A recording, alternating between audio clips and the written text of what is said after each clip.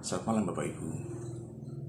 Seringkali di dalam percakapan, di dalam ungkapan, ketika orang Kristen mendapatkan satu bentuk perlakuan tidak baik dari sesamanya, dari orang sekitarnya, atau dari siapapun itu,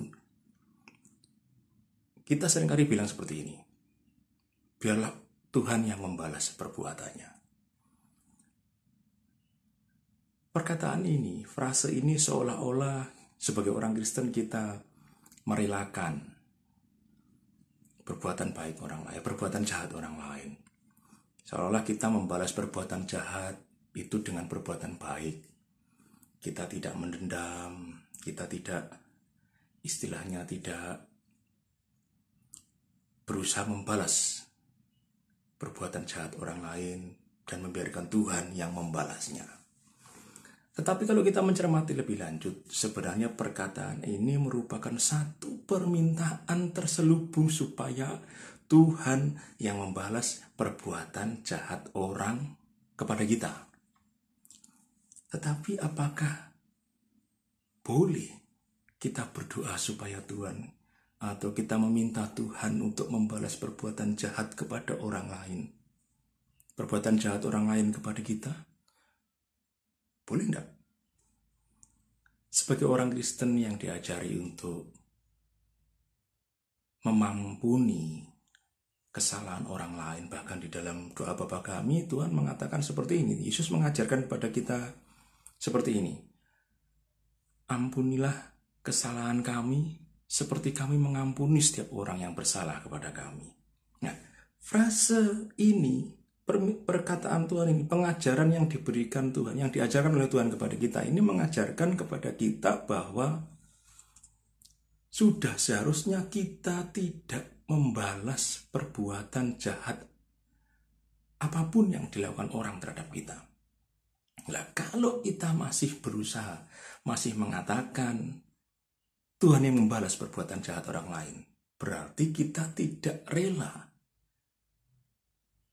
Berarti kita tidak mau mengampuni perbuatan jahat orang kepada kita. Mungkin Bapak Ibu mempertanyakan, kan Tuhan yang membalas? Iya.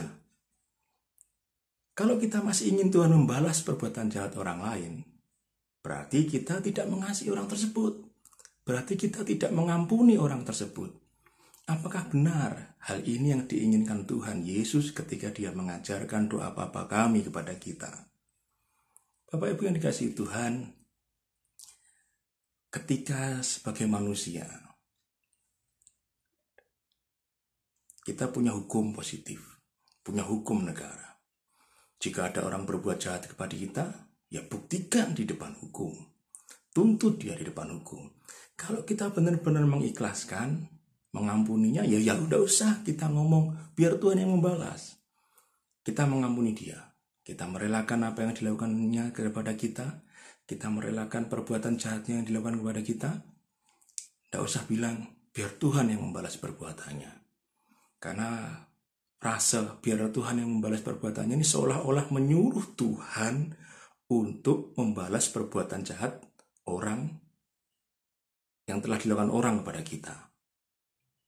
Bapak Ibu, apakah seperti ini yang diinginkan Tuhan? Saya rasa tidak. Mengampuni, atau kalau Bapak Ibu punya kemampuan, balas sesuai hukum positif yang berlaku di Indonesia. Saya tidak akan memperpanjang, tapi kiranya Bapak Ibu mengerti. Kalau Tuhan sudah menyuruh kita mengampuni, ya mengampuni semuanya. Tetap belajar bahwa memang kadang kita tidak bisa melupakan sepenuhnya, tidak apa-apa. Kita tidak bisa melupakan, tidak apa-apa. Tetapi mengampuni tetap.